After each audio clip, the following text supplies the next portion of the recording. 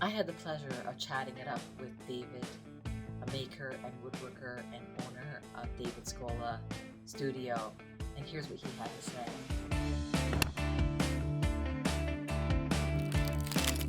I'm here with David Scola, a 30-year veteran of the woodworking industry. And welcome to the show, David. Thank you so much for having me.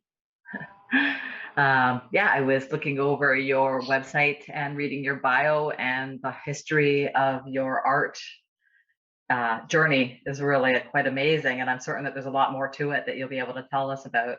Absolutely. Yeah, absolutely. Right. What prompted you to reach out to me? You found out about my show. Did you subscribe to the show? I have, and actually I was I think I found you on Instagram, and then I saw a interview you did with Chris in Hamilton, Yeah. and I watched that. I thought it was really cool. Yeah. And Chris and I started following each other on Instagram. We haven't actually met each other, Yeah. because it happened over COVID. So we're like kind of waiting for the opportune moment. Yeah. And I thought, okay, you know what, that was pretty interesting. So let me reach out. And I thought it was a really cool idea what you're doing. And I think it's a great forum to get out and share things with people. And yeah, right on. Yeah. Well, I'm glad because it's actually been about 6 months since I did an interview because I've been concentrating on other things. Right. But I sort of just left it open, and I'm so glad I did, because here you are. And another episode to put up for everybody to see and learn from. Yeah. Talk to us about a little bit about your journey. Like I read about how you in school were taking woodworking and how you had a mentor exactly through the years. Tell us a bit about that part of your journey. I guess my first introduction to a wood shop was in, I guess you call it elementary school.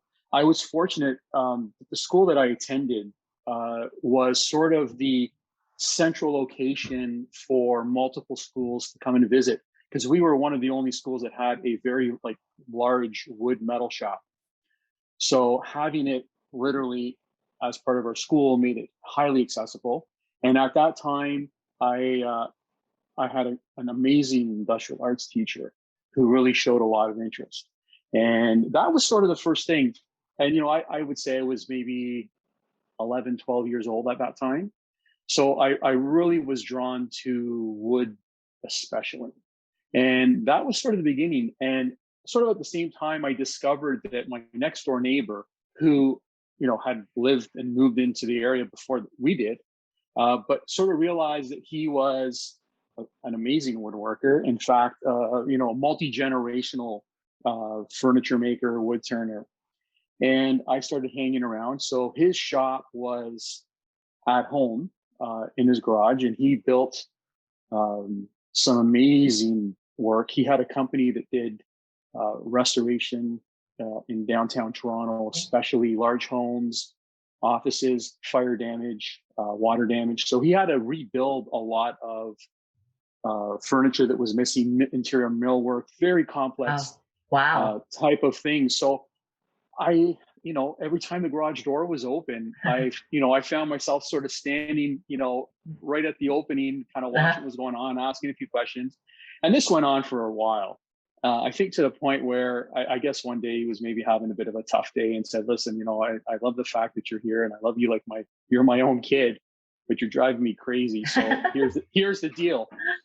Get your ass in here and start working or get lost. And that was it. I stepped into that world, and I was super fortunate to have somebody like that who in fact was incredibly knowledgeable. Amazing, the level of knowledge that he had. And again, understanding that he was part of this multi-generational craft. So, I mean, he had the benefit of 3 generations before him, and all the information and abilities and skills that he was able to learn and master as well. And he was an amazing teacher. It was a very traditional style apprenticeship. I didn't touch any power tools. It was lots of hand tool work, right from understanding what they were used for, how to care for them, how to sharpen, et cetera, et cetera. And it was So that was, I guess, at 15. Yeah, until basically I moved away at 22. I mean, Right. by the time I was 19, I convinced my parents to give me the garage, Yeah, and I read that. Yeah. right, and had the shop there. And then when I moved away and bought my own place, I didn't even move in. The first thing I did was build my shop slash studio. So over the years, it was always operating, and it was always really a business in the sense that I was always doing work for somebody. I was doing work for myself and people in my family, but it was always a project or a job of some sort on the go, and it was very similar to how my mentor worked.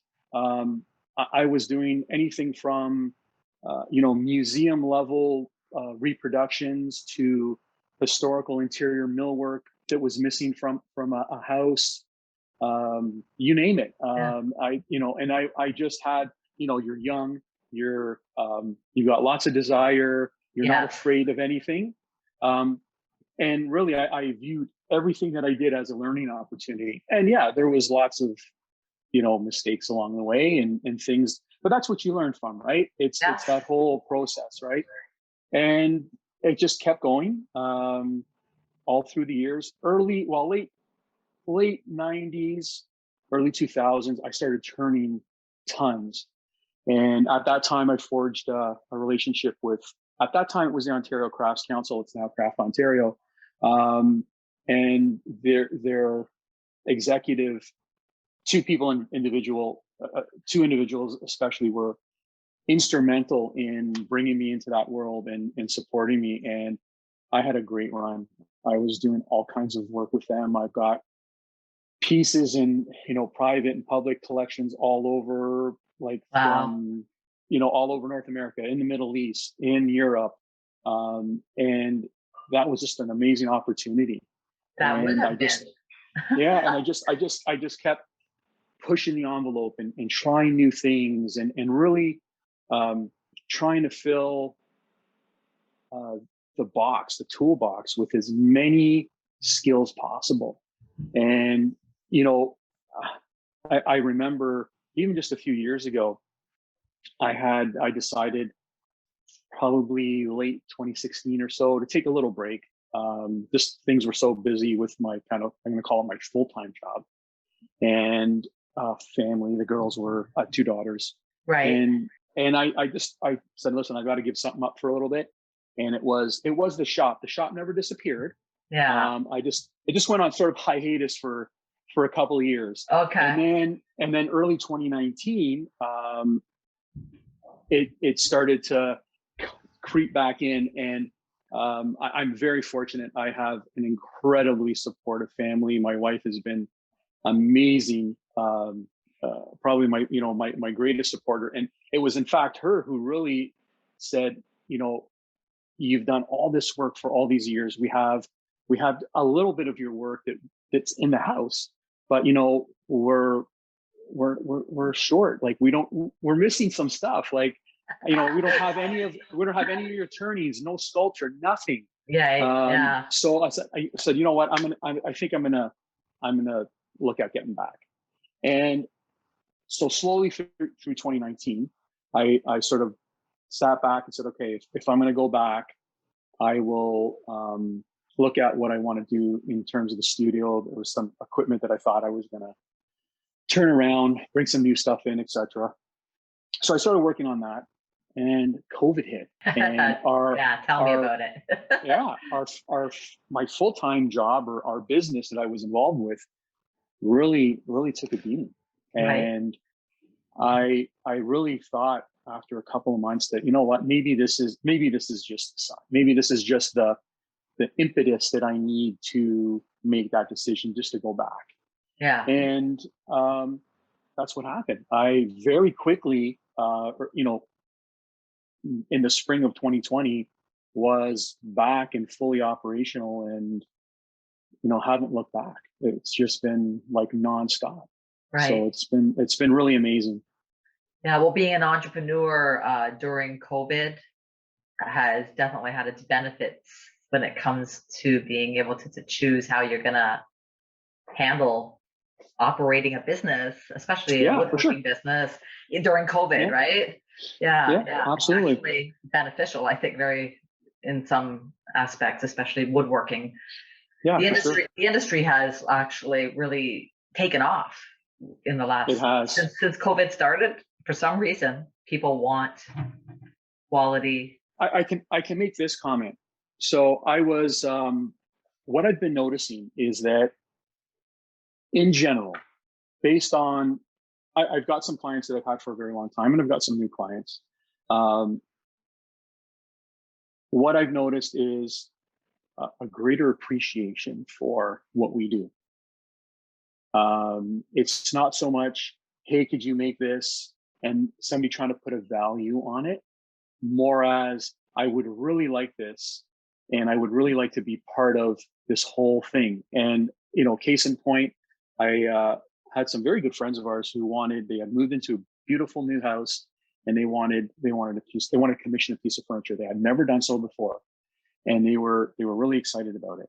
So we sat down, did some design work for them. We settled on something material, and I made them a part of the entire journey from start to finish. And they were like just so appreciative of it. And when they finally got the piece of furniture, it was just an amazing experience for them. And it's, I actually, we had just visited them not long ago and saw it, and it was amazing. Like, it just something they're so happy with. They're so proud of it, and they truly appreciate every little detail that went in there. Right. So I think that's in general. I think that's something that we're seeing a lot of. I agree totally. Yes, but it's given the industry a whole new, fresh sort of look by the people who want to buy the furniture when you allow them to become a part, or whatever that is that you're making for them. I mean, to allow them to become a part, especially during COVID, because it gives them something else to think about. Right? Absolutely, yeah. Yeah, to become it's a a part change of of it. scenery. Yeah, for sure, and for them to learn something. Yeah, that was really the thing that they really found fascinating, is that they can see this evolution. We started off with, I had all this rough sawn material in the shop, and had their name on it, and said, okay, well, here's your table. And they're like, okay, how? Like, how does this happen? And then through the whole process, once a week I do a quick little, whether it was on Instagram or just FaceTime them or whatnot, and say, hey, listen, this is what we got going on today, and this is what this is the next thing that's coming out. Cool. And slowly they saw this thing come together. Wow. And it was it was cool. It was something I really enjoy, and I really look forward to doing that again, because I had a great time doing it. The daily connection with your client like that's a really, really nice concept. I like that idea. Definitely. Yeah, it works really well. Yeah, I mean, I guess it's not for everybody. Yeah, it's not for everybody. Well, some people don't have time, right? It's a time thing too, right? For sure. Yeah. So Awesome. Tell me a little bit about your, like, it's like, I can tell that you're a teacher, totally, like, and how you're sharing, you're paying it forward in doing instruction and teaching. Are you doing this? I currently, right now, no. Yeah. I'm always open. I mean, and again, just because of the environment that we're in, I'm sure that once things stabilize a little bit more, somebody will be comfortable. I'm happy to work individually with anyone if they're interested. Okay. In my other half of my life, I actually run a shooting school. So myself and my daughter were competitive shotgun shooters. Okay. So actually, my daughter's actually a member of our Olympic shotgun team. That's awesome. And so I coach her and some of the other members of that team. And again, as COVID would sort of guide the way, I decided to open the school last year at the range that we own, and it's been an amazing experience. I've always been involved in high performance sport. I've coached multiple disciplines, high level athletes.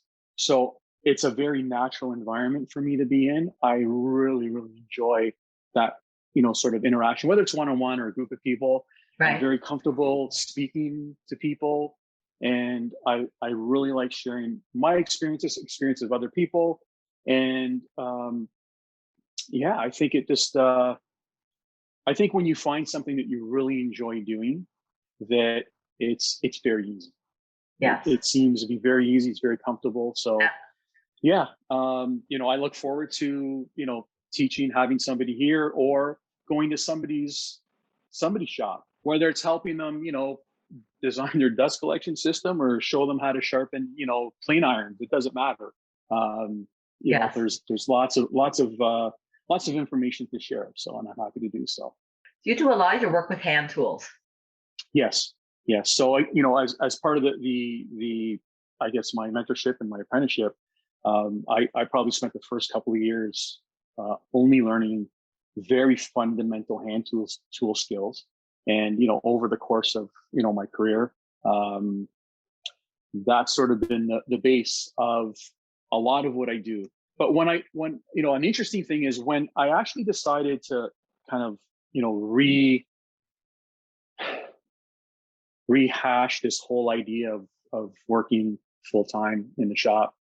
One thing with what's going on in terms in social media, the world in general, our industry, is feeling that it was time to really embrace everything that was going on. So I really wanted to, you know, embrace as much technology as possible. So I got into CNC work. I saw that. Yeah. Yeah. So, you know, that was, I'll be very honest with you. In my other job, we had a construction company, and, you know, we did a lot of technical things, did a little bit of CAD, but not a lot. And then when I actually decided that, you know, maybe this is the time to really explore this whole idea of bringing this type of technology in. Yes.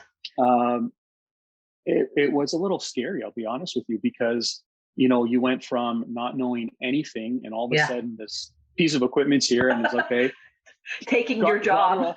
Yeah. Well, I got it all together, and I think the important thing is understanding what it was here for.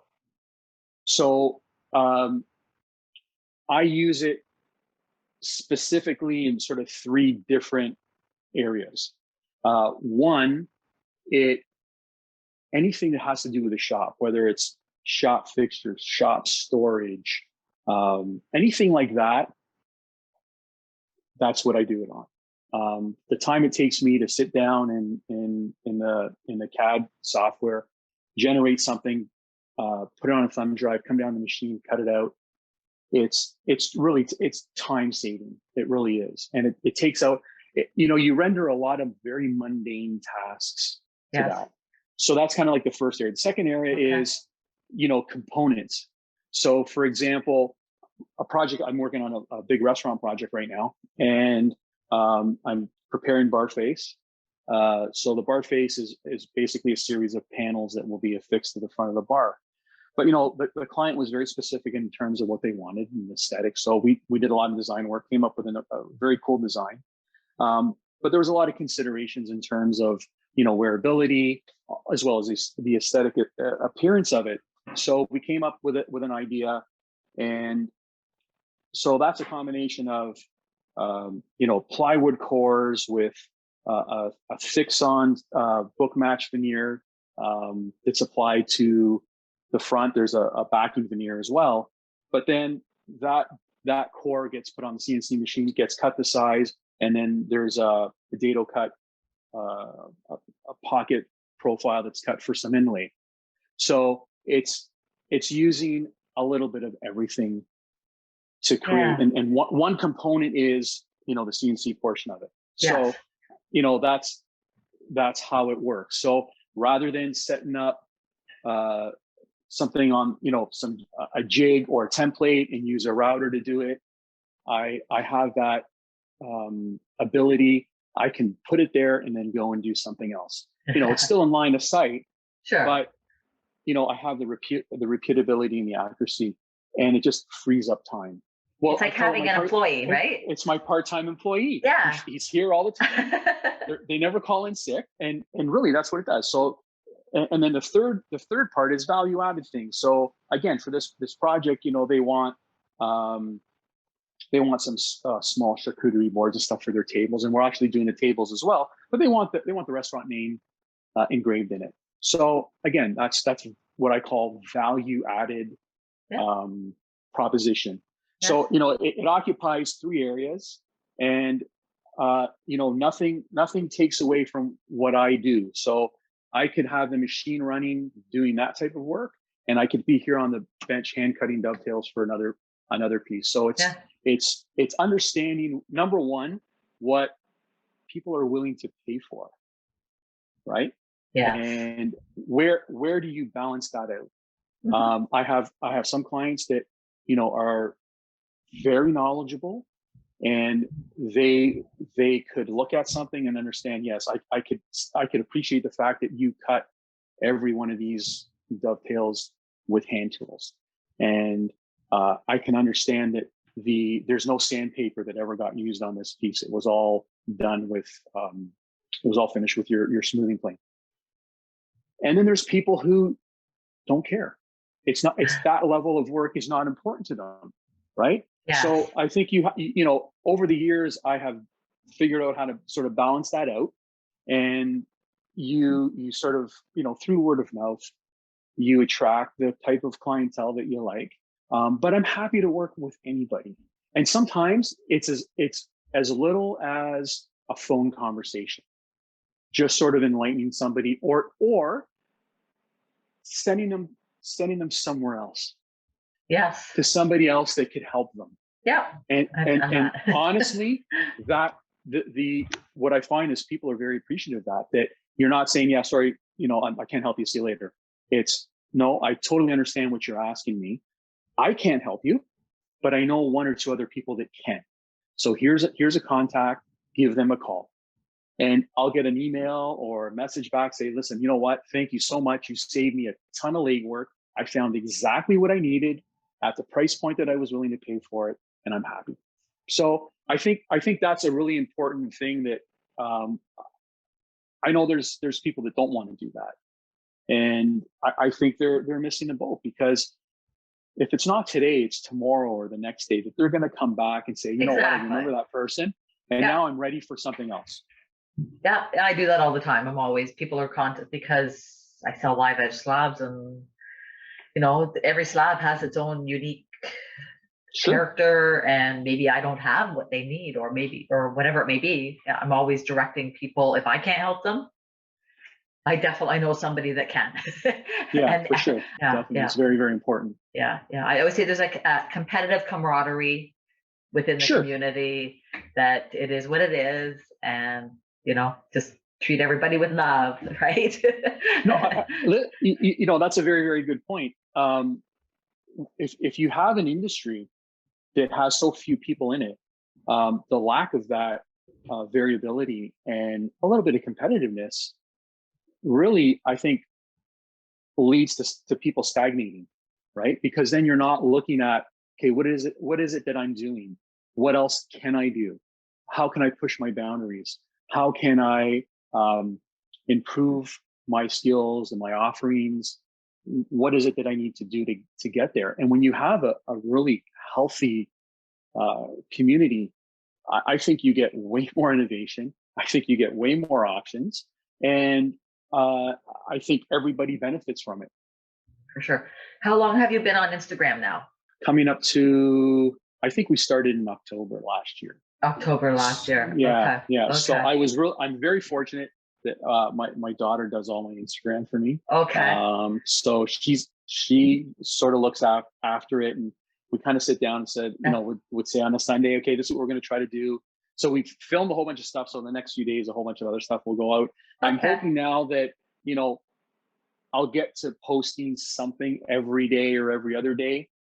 Just sometimes it gets a little tough, just because of the way my workflow is, or I'm in the shop so many days, and then I'm at the range so many days. Yeah. So I'm trying to balance it off. And then as the weather changes now, we get into October, that the outdoor activities sort of wind down a little bit. Right. And then I'm in here 6-7 days a week sometimes, right? Right. I hear you, because the season is coming now. Once school starts again, charcuterie board season. Oh, absolutely.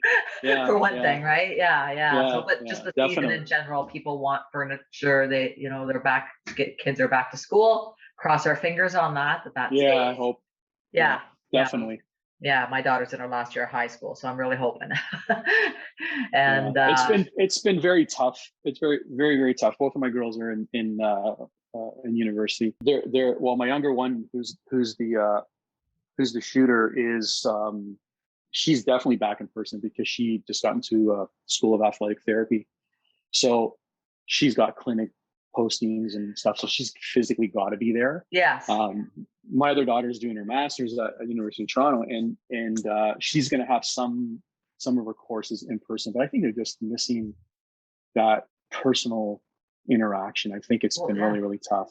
You got to be able to bounce your thoughts off of other people, because that's how you grow what you share with everybody in the class, right? So that's made it hard for all the kids, for sure. It's a bit sad that way, but my daughter's in arts program, so she's been learning art sitting in front of the computer. She has a whole art studio in the house, lucky for her. Yeah, definitely. Yeah. That's great. Have you worked with LiveEdge? Yeah, a little. It's I actually, interestingly enough, you asked that question. I guess in October, November, I had a few people asking me for some stuff for Christmas, and I said, okay, I'll just do a whole bunch of charcuterie boards and stuff like that. Just to, I'm making 5, why not make 50, right? Right. Okay. So yeah, I had a whole bunch of stuff that was sitting around for a while, and I did that. But yeah, it's something that's everywhere. It's super, super popular. Yes. I think that my personal, I think it can be done very, very, very well. I think there's a lot of it out there that's not done very, very, very well, and it doesn't do justice to the material. I think it can be. I think too much can happen to it that you lose the real beauty of this material that we have, right? Yeah. So I actually have a client now that's actually looking to do a big LiveEdge table. So we might be talking. Absolutely. Yeah, definitely. I think that. So let me ask you this, if you don't mind. How did you get into LiveEdge lumber? How did I get into LiveEdge lumber? Oh, actually, I was working for a sawmill. I started working in the industry about 6 years now. Yeah, so I worked at the sawmill. I was doing everything, managing the office, shipping and receiving, flipping slabs with customers, and then eventually the opportunity came up to start LiveEdgeLumberGirl as a free agent for the mill, and it just Instagram just loved it. Yeah, for sure. And I was in the face of my customers every day, showing them slabs, showing them what they wanted to see, right? And creating a business where people that want to buy that kind of thing can come to, even if they don't know anything about it, and I can show them exactly what they need. Sure. And how to design it with those slabs, So I don't know, it's just natural for me. And like you say about doing what you love and it's in you, sort of thing. That's my thing. My thing is slabs, designing. Not design. I'm not a woodworker. I'm a salesperson, definitely, but I love slabs. I know the industry. I know about production. I know about cutting down trees, drying them, how to manipulate the live edge to create pieces. I learned a lot right from the people that are on my Instagram. And a lot of them have become my friends too. So it's been great. That's fantastic. Yeah. So, but that's really how I got into it. And then I just sort of ran with it and started learning as much as I could about it over time. And I just can't seem to, I thought I was going to move on to other things, but that didn't happen. I keep getting pulled back. So it must be meant to be. Yeah, absolutely. yeah, And you know what? That's such an amazing thing. I always say, you know, sometimes I wake up in the morning and I got to shake my head. I'm like, yeah, I'm doing this. Like yeah. this is my life now. I And know. it's awesome. Like, you know, it has way more benefits than um, negative aspects to it. Oh, absolutely. Yes, you know, for me, you know, my studio is at home, so it's always here, Yes. and you know, I'm always in here, and even if I'm not working, I kind of find myself in here. But Yeah. that's okay. Yeah. It's okay because you know what, I can close the door and walk away, right? Yeah. And but I think to support the creative side of things, um, you know, I can get pretty manic sometimes, and you know, I've got something that I need to work out, whether it's a detail for a piece, a construction detail, a joinery, whatever it is. And I just find that I come in here, I automatically get into that headspace where Yeah. it happens. And it could be at, you know, midnight or 1 o'clock in the morning or whatever it is. But that's, you know, that's why I don't call I always refer to this as the studio, because it's a place of, of design. It's a place of development as well as actually working. And Yes. you know, the other part of this whole sort of thing that I do is that my space is incredibly small. You know, my area, my work area is, you know, not even 400 square feet, Okay. but I have a ton of stuff packed in here, and it all works. And sometimes people look at it and they're like, how do you possibly work in there? But I do, Yeah. because you know, 25 plus years working in a space like this teaches you a lot of interesting alternatives, and you Sure. know, placing machinery and making things mobile, and um, being creative, and it really helps you develop a very good discipline when it comes to workflow. Sure. So, and now I also do have a staging area. I have a garage that is sort of set up as a staging area. So that's another, Okay. you know, 20 by 20 area that, you Okay. know, material comes in there, it gets staged. If I've got to break anything down, I do it there. And then it comes into the actual studio, and you know, I have enough, usually I have material in here for whatever I'm working on, and, or, you know, there's a ton of turning blanks in here. So there's material sort of ready in sort of the wings for work that's in progress, Yeah. upcoming work, etc. And then, Nice. you know, I'll backfill the other way. Right on. So yeah, That's interesting it's for you to say interesting. that. Yeah. Yeah. Yeah, That's good. That's good. Yeah. yeah, I don't, yeah. 90% of my customers work out of a single car garage. Sure. Right. Yeah. Yeah, And they're making a living doing it, you know, so yeah. Well, I think that's a very important thing, because, you know, and a lot of people say, well, you know, why don't you, you know, don't you hate like being confined like that? I said, well, you know what, I've done this for so long that mm, I don't even think about it. And quite yeah. honestly, we're in the GTA, and you know, commercial real estate in general is insane, as Yes, it it is is. everywhere.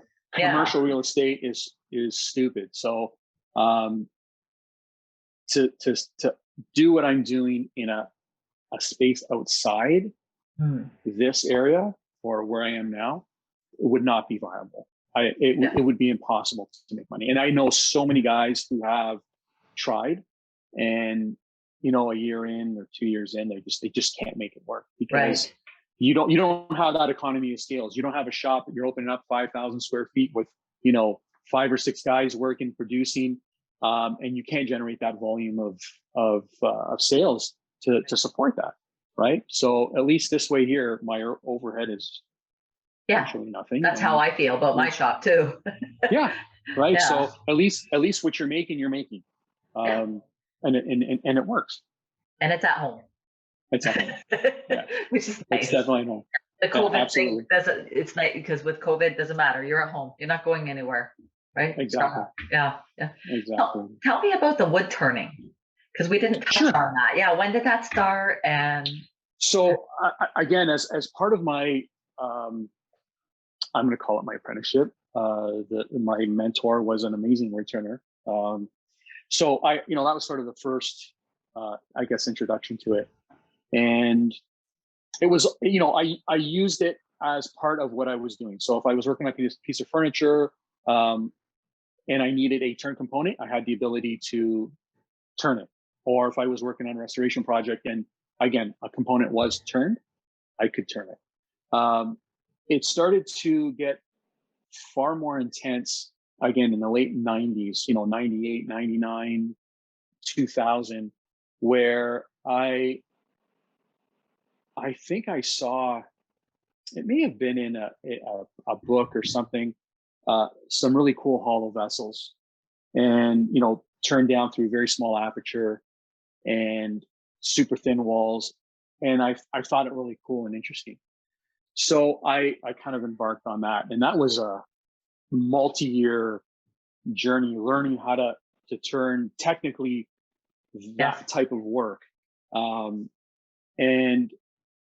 it was a struggle in the beginning, because when you're used to, you know, working to such a high level of perfection all the time, you know, this was something new. So, you know, there was a lot of failed or sort of catastrophic explosions of pieces coming off the lathe and pieces sticking in the wall and whatnot. So, you know, it definitely, it took a little time. And, you know, of course, you know, when I started, there was no, I mean, it was all manual hollowing, no hollowing rigs or jigs or anything like that. You know, I had like this old hollowing setup. It was, I think it was one of the old Stewart hollowing systems. You know, it had an arm brace, and I can't tell you the amount of times that I thought I actually ripped my arm completely off because there was a really bad catch. And for the look that I was going for, I was not interested in turning green. I wanted finished pieces off the lathe. You know, turning dry, turning like highly figured woods was really, it was physically demanding. And you know, over the years, I got pretty good at it.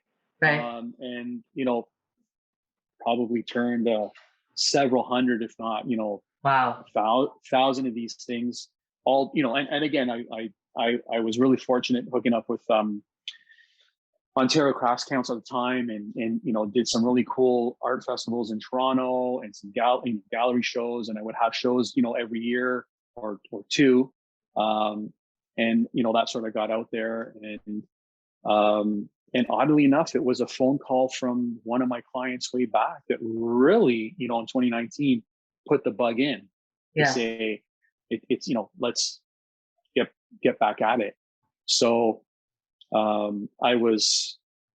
had removed a fair bit of my actual original woodworking machinery and put it in storage. I still kept my bench, and all my hand tools were still in the space.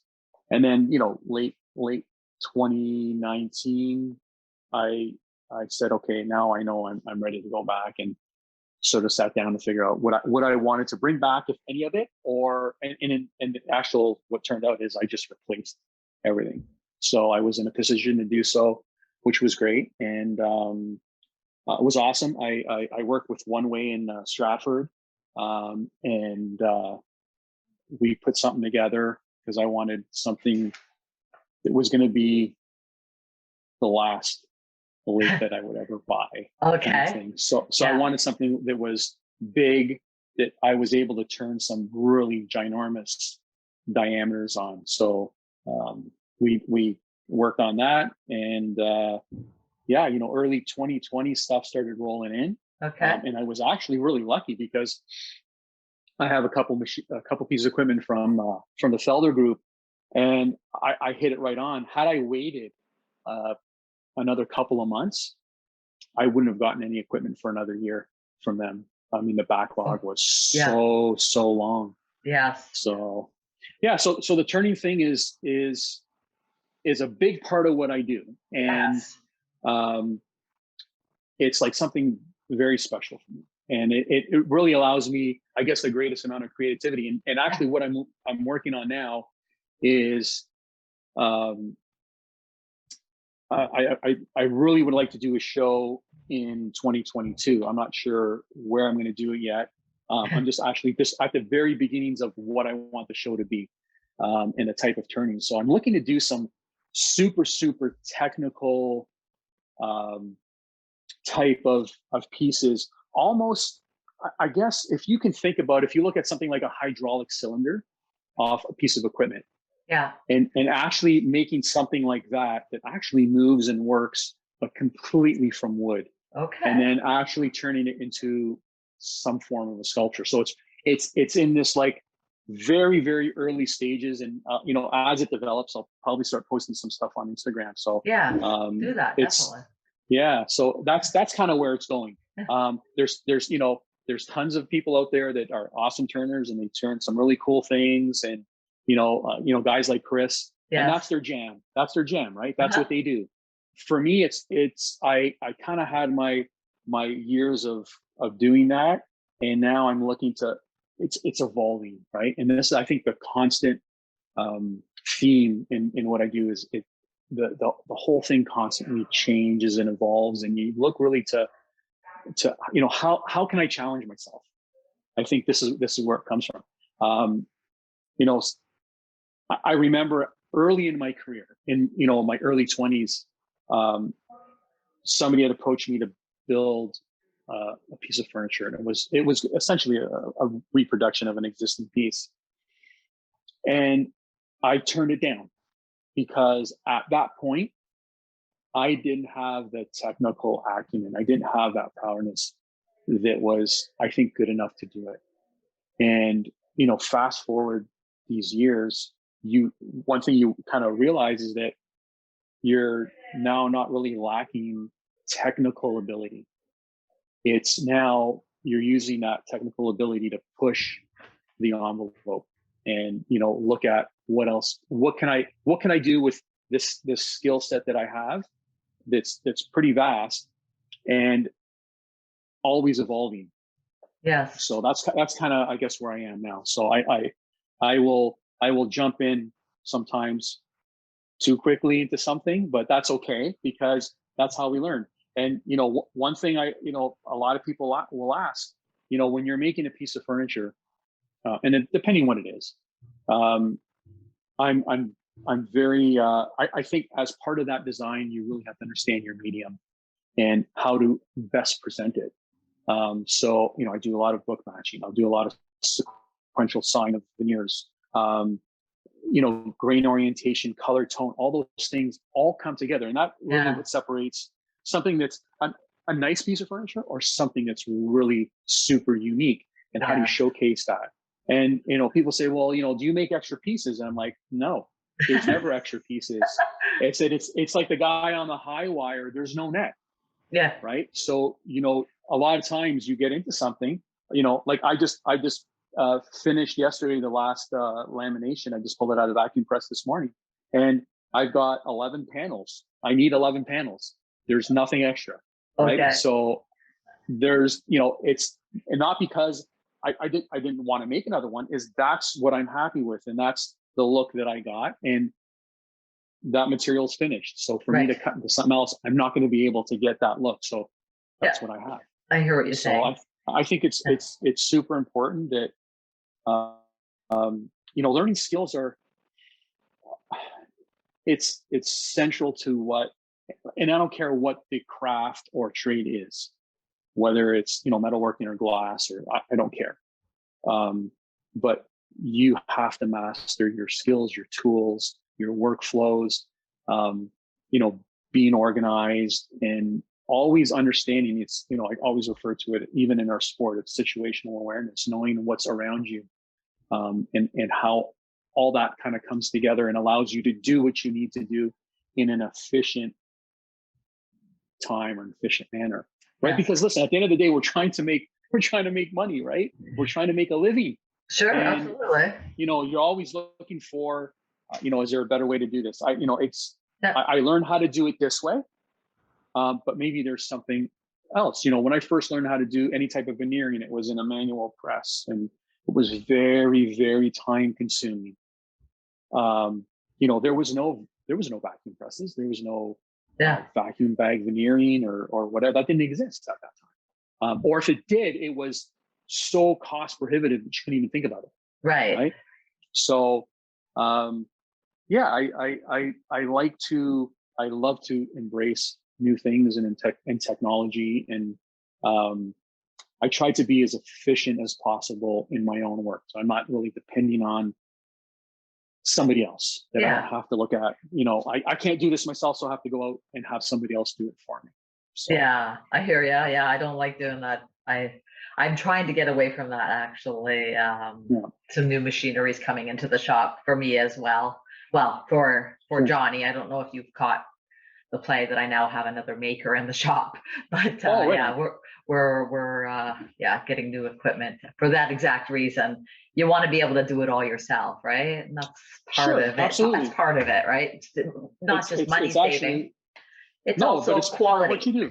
Quality control, right? Yeah. Well, wow. I'm so happy to have met you, and I'm really excited for your new venture here. It's not new. It is, but it's not. But your new venture on Instagram, because I think that's kind of new for you. And that's new. That's new. Yeah, for sure. Yeah. One thing I suggest is that you spend some time yourself on Instagram and do some of it a little bit yourself, because that will connect you with the community. And absolutely, and that's actually it's a great point, and that's what we were talking about this past weekend. Actually, is just it was great to have somebody kind of doing it and taking the lead on it. But where I would like it to go is that I can do it on the fly. So I'm set up that as I'm doing something or something comes to mind, you know what, I'm going to capture this. Yeah, and post I'll it quickly and post it while it's right hot, away. right? Post it while it's hot. That's so what definitely what makes it inspiring. I've learned that about Instagram. You can save photos for later to post and all that. Yeah, but when it's hot on your heart and in your mind, that's when it really touches other people too, and they feel it. They feel the vibe and that energy, right? Yeah. So, definitely. And the more you get to know the community, the more you'll find that support, and make friends and be able to sort of like reach out and share ideas and things like that. Yeah. Tell everybody what your handle on Instagram is. It's at David Scola Studio. Okay. And what would be the best way to get a hold of you? Actually, probably through Instagram and email. Email is info@davidscolawoodworkingstudio.com. Okay. So one of those two ways are definitely the easiest way. I'm always checking, always online. So if anybody has a question or a comment, any type of interest, please reach out. I'm always happy to have a chat with you. Awesome. Well, thank you so much, David. I appreciate you taking the time and reaching out to me. And I look forward to meeting you in person one day. Absolutely. Definitely. Thank you so much, Paula, for having me. And I definitely will make a visit to come up and see you for sure. Yeah, absolutely. When you want those slabs, just give me a call and I'll put together something for you to have a look at. I can show you some options. Okay. Excellent. Thank you so much. Okay, bye-bye. All right, then. Bye for now. Bye-bye. Thanks so much for tuning in. If you enjoyed watching, be sure to click like and subscribe and hit the notifications bell to stay in the loop. If you have any questions, or if you would like to be featured on the Live Edge Lumber Girl show, leave a comment below. Until next time.